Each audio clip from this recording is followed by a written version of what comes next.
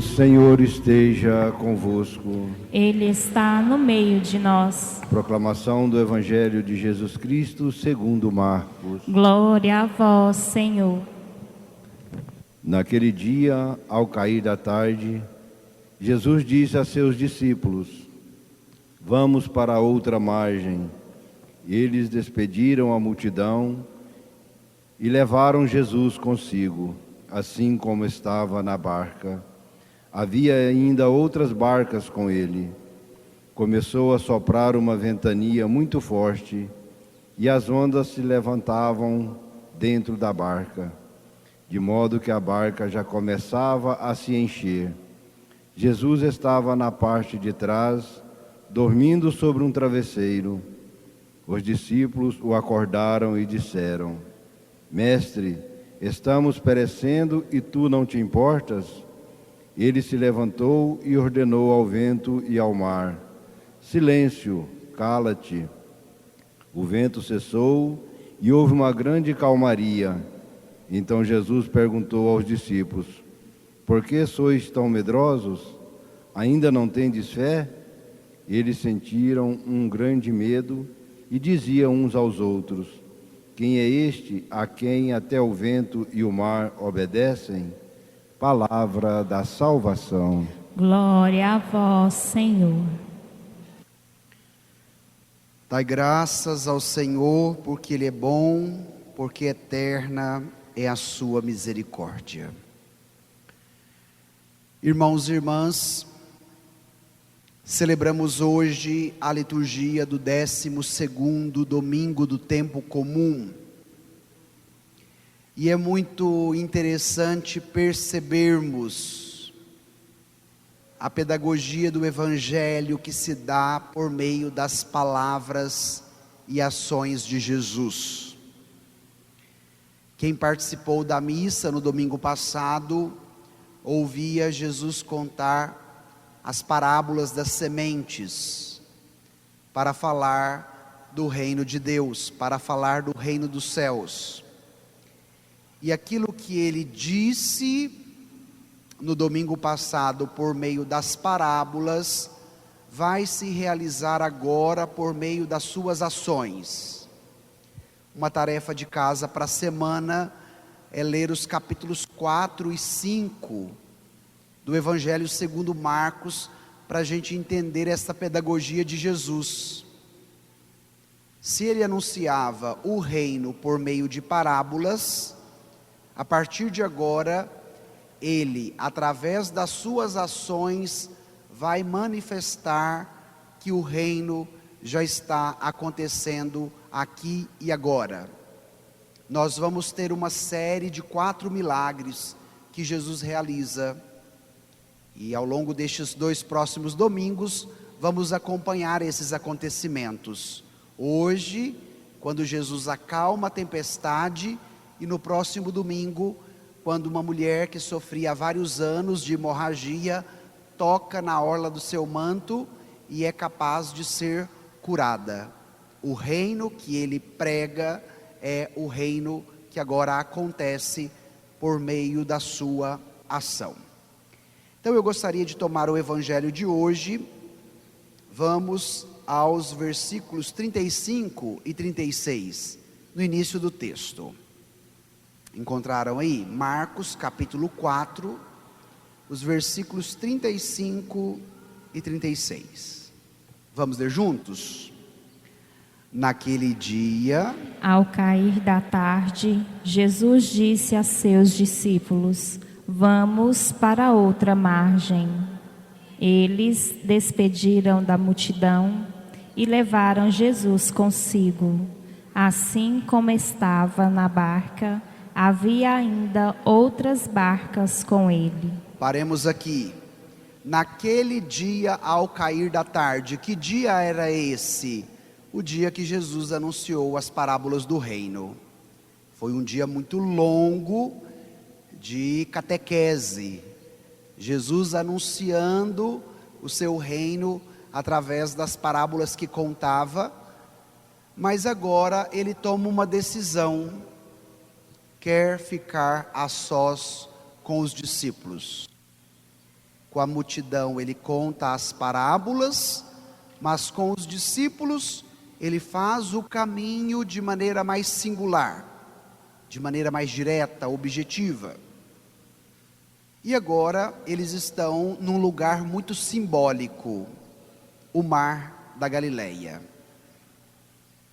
E vão atravessar para outra margem do mar. E para a gente compreender o Evangelho, nós precisamos voltar à mentalidade do Antigo Testamento e qual era a compreensão que a Escritura tinha do mar.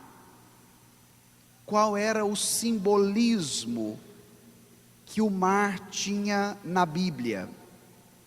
Então, em primeiro lugar, era um mundo cheio de mistérios e perigos. Esta era a primeira mentalidade que o povo judeu tinha a respeito do mar.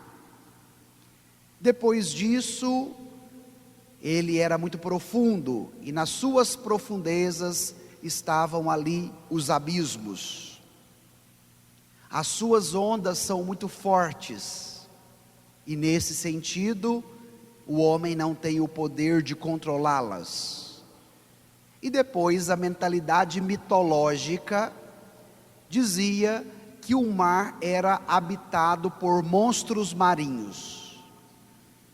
Ao fazer a travessia de um lado para o outro do mar, é muito importante evocar toda esta mentalidade no que diz respeito ao mar na Bíblia. Depois disso, é importante também nós entendermos que aquilo que Jesus faz está acima de todos estes riscos, de todos esses descontroles, seja da profundidade dos abismos, seja da força das ondas, seja dos monstros marinhos, seja dos mistérios e dos perigos.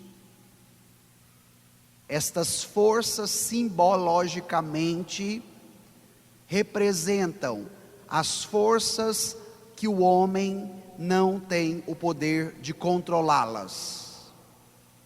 E Jesus, por meio da sua ação, tem o domínio sobre as forças da natureza.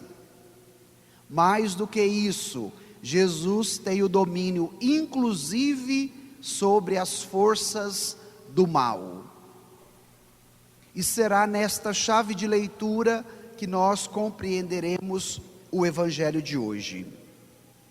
Todos aqueles que estavam com Jesus, eles eram conhecedores das técnicas de pescaria, tinham os seus barcos, sabiam lidar com o mar porque eram pescadores. Então Jesus estava com pessoas experientes para fazer o que? Esta travessia.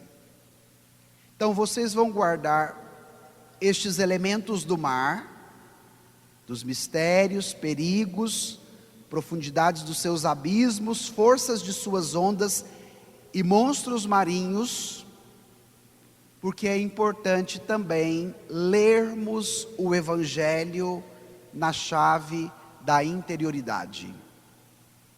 Olhar para dentro de nós e reconhecermos quais são os nossos mares interiores.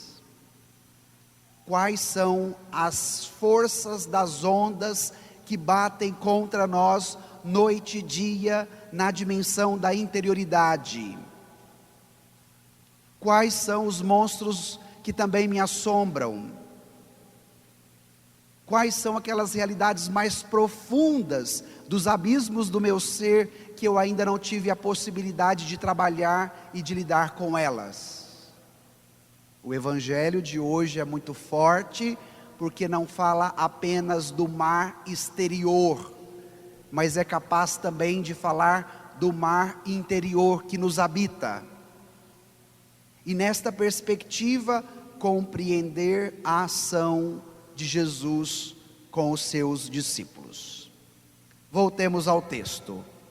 Tome agora os versículos 37 e 38. Vamos ler juntos?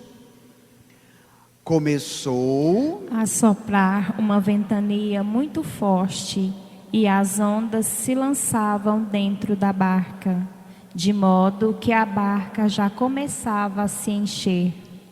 Jesus estava na parte de trás, dormindo sobre um travesseiro. Os discípulos o acordaram e disseram: Mestre, estamos perecendo e tu não te importas? Paremos aqui. Ao começarem a travessia, o que deram contra eles, gente?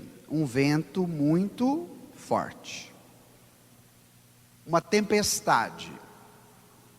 Qual era este local geográfico? Mar da Galileia.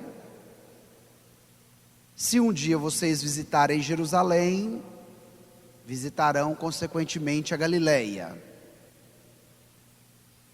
O mar da Galileia não é um mar de água salgada, como a gente tem no litoral brasileiro. Ele é um grande lago de água doce. De um lado, de um extremo, você tem o mar Mediterrâneo. E no outro extremo, você tem o deserto da Síria, que é um país vizinho a Israel. Então, os ventos que vêm do deserto da Síria e do mar Mediterrâneo se encontram onde? No mar da Galileia. E isso gera uma grande tempestade. Os discípulos estavam nesta travessia e o barulho do vento, o movimento que a tempestade gerava do lado de fora, era o mesmo movimento que acontecia do lado de dentro. Preste atenção neste critério. Todas as tempestades externas geram tempestades internas.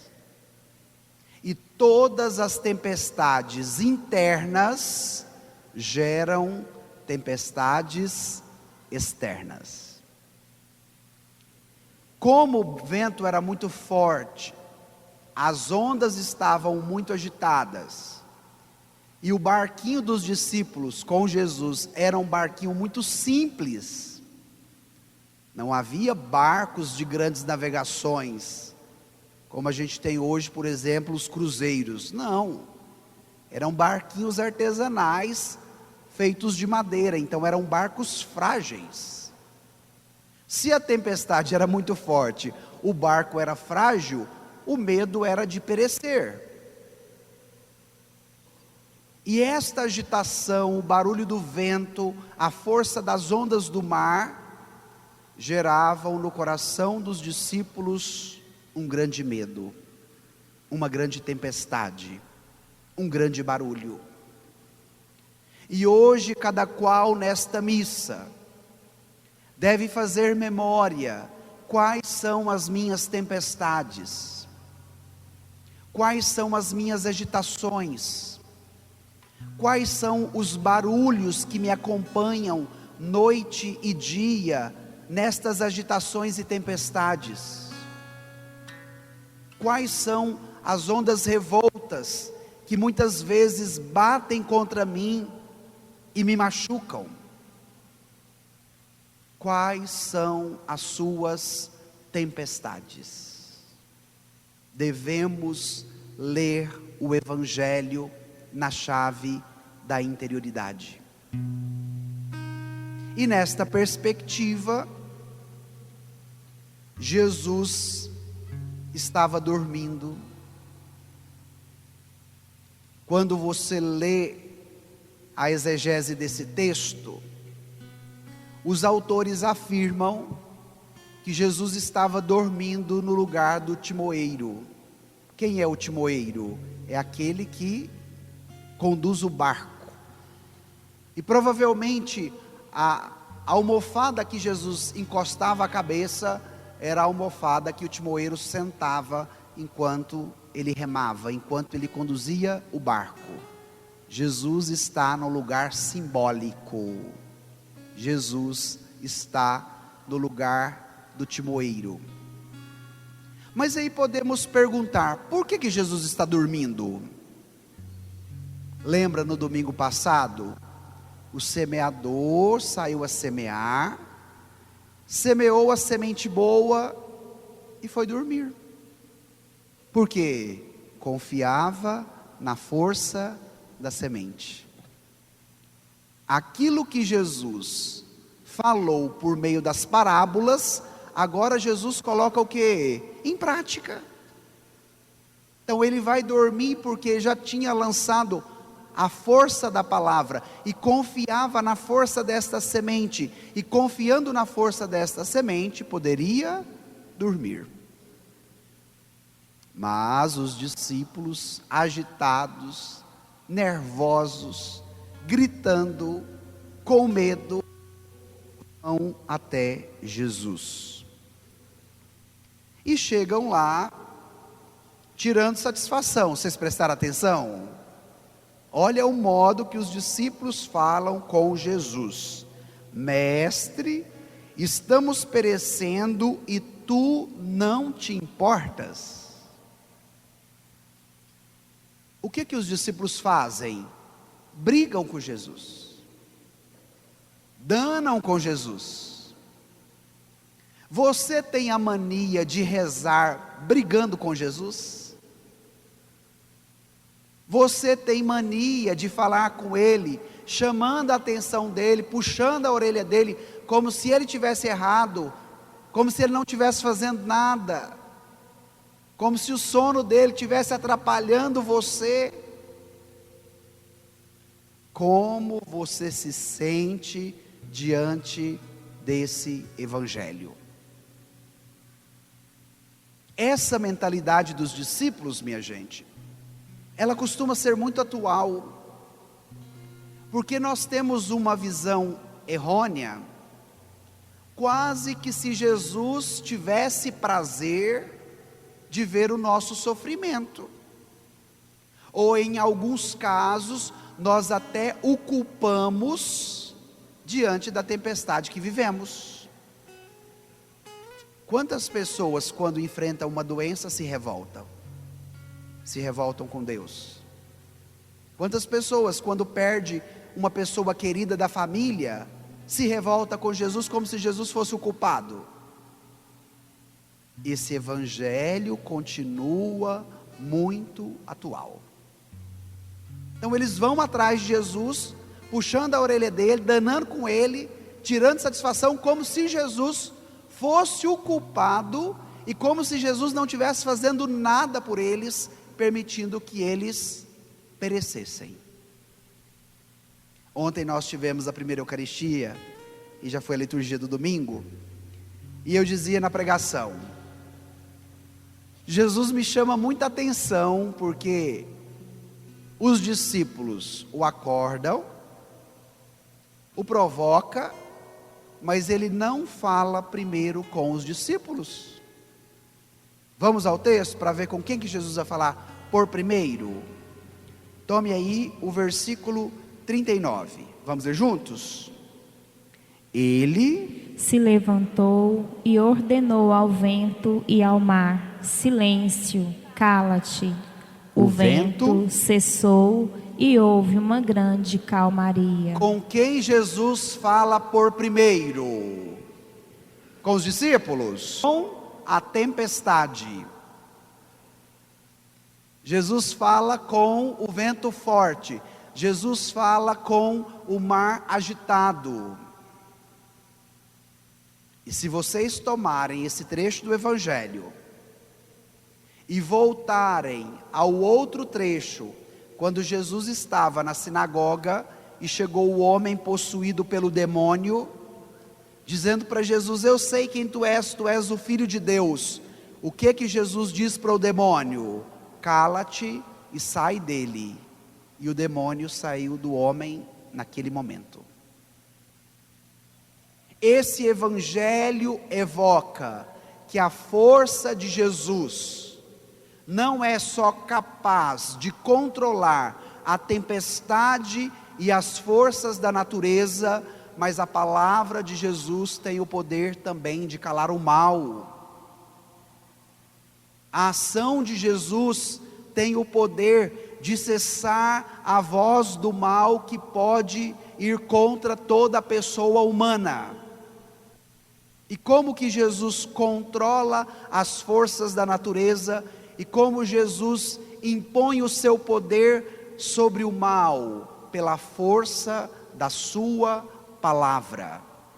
E o que Jesus disse? Apenas 2 palavras. Vamos repetir novamente as 2 palavras de Jesus: silêncio, cala-te. Vamos trazer esse evangelho para a vida? Eu dizia agora há pouco que as tempestades interiores, elas também são barulhentas. Os ventos fortes, o mar agitado, as ondas revoltas, os abismos profundos que estão aqui dentro, fazem muito barulho. E quando a sua agitação interior estiver muito barulhenta, vamos repetir novamente? Silêncio. Quando a sua agitação estiver muito barulhenta, o que é que você vai dizer para ela? Silêncio, cala-te. Toma posse. Permita com que esse evangelho seja traduzido na sua vida e te ajude ao longo da sua travessia. Nós, como os discípulos, somos seres de travessias. Passamos de uma margem a outra, e esta é a travessia da vida, que se dá de maneira dinâmica, que se dá de maneira criativa. E somente no final, Jesus fala com os discípulos. Primeiro falou com a tempestade, e agora vai falar com eles. Voltemos ao texto, para ver a conversa de Jesus com os discípulos. Vamos ler juntos? Então, Jesus perguntou aos discípulos: por que sois tão medrosos? Ainda não tendes fé? Eles sentiram grande medo e diziam uns aos outros: quem é este a quem até o vento e o mar obedecem? Jesus aponta o problema, Jesus aponta a solução. Prestar atenção na fala de Jesus com os discípulos. Quais são as 2 perguntas? Por que sois tão medrosos? O problema. E a segunda frase: ainda não tendes fé, a solução. O medo é uma realidade que todos nós enfrentamos. Mas o remédio que é capaz de contê-lo, a fé em Jesus. A fé é o elemento no qual você pode se agarrar, no qual você pode se apoiar para vencer o medo.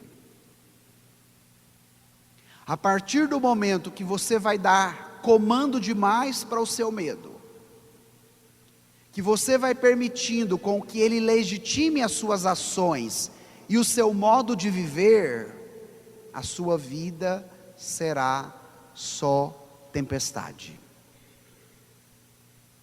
Mas quando você se apoia numa realidade segura, na qual você confia, na qual você crê, o medo pode até te amedrontar, mas ele não terá a palavra final. A palavra final será de quem? A de Jesus. Silêncio, cala-te. Mas por um outro lado, algo me chamou a atenção no texto,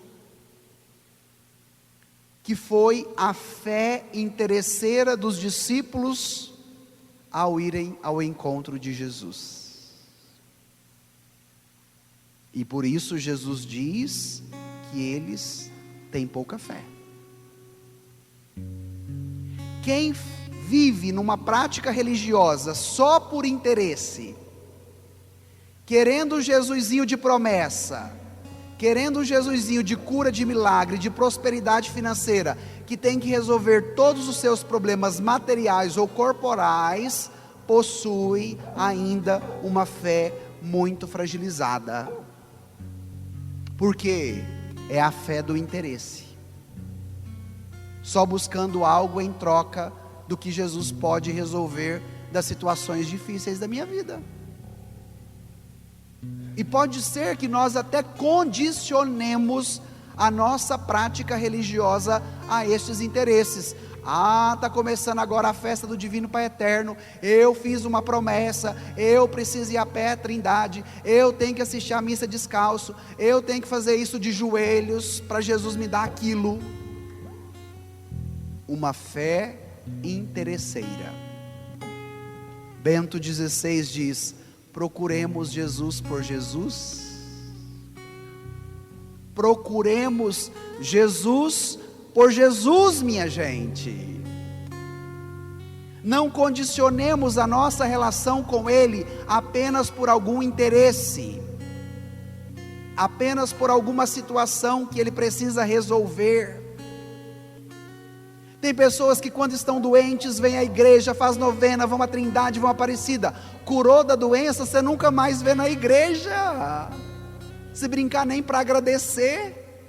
Isso acontece dentro das nossas famílias também.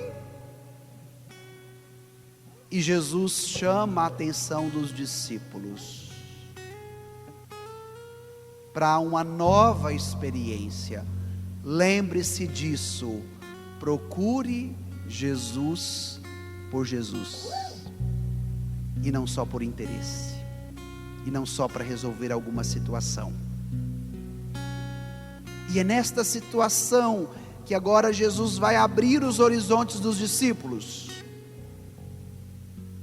Por quê? Porque o Evangelho tem um sentido cristológico.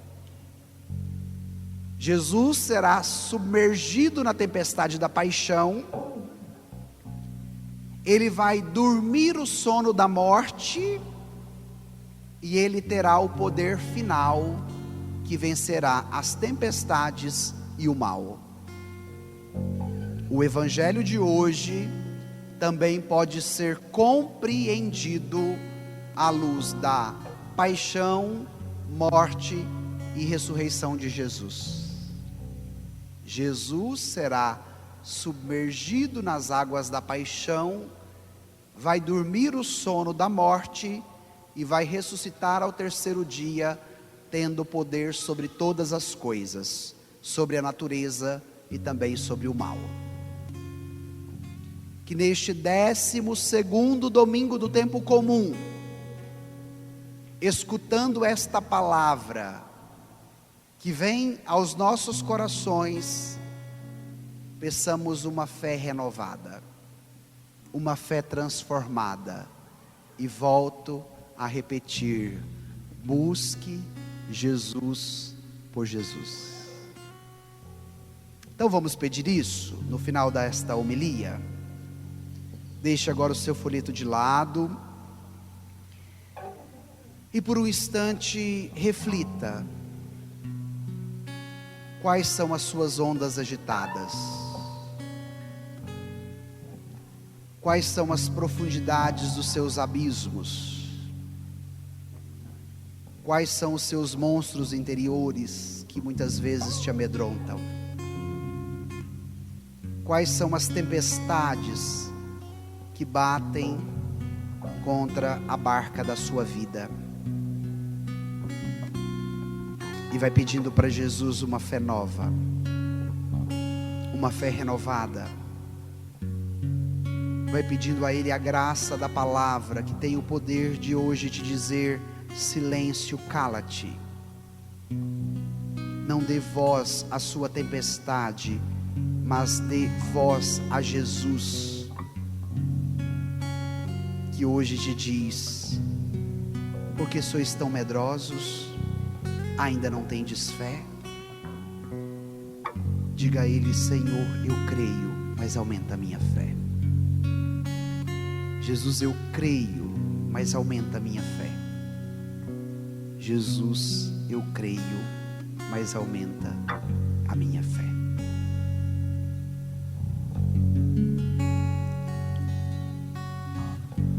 Quando estou em alto mar e as ondas vêm me agitar, e a fé começa a fraquejar, o medo se instala no lugar. Esqueço da sua promessa de que sempre estás comigo. Posso ouvir a tua voz me dizendo: por que tendes medo? Por que tendes medo? Tendes medo? Por que tendes medo? Por que tendes medo? Acalma minha tempestade, acalma o meu coração, devolve a paz que vem de ti, Senhor. Aumenta minha fé em ti, não me deixe fraquejar jamais. Ao som da tua voz tudo vai calar, só preciso esperar. A tempestade vai acalmar. Acalma minha tempestade, acalma o meu coração, devolve a paz que vem de ti, Senhor. Aumenta minha fé em ti, não me deixe fraquejar jamais. Ao som da tua voz tudo vai calar, só preciso esperar. A tempestade vai acalmar.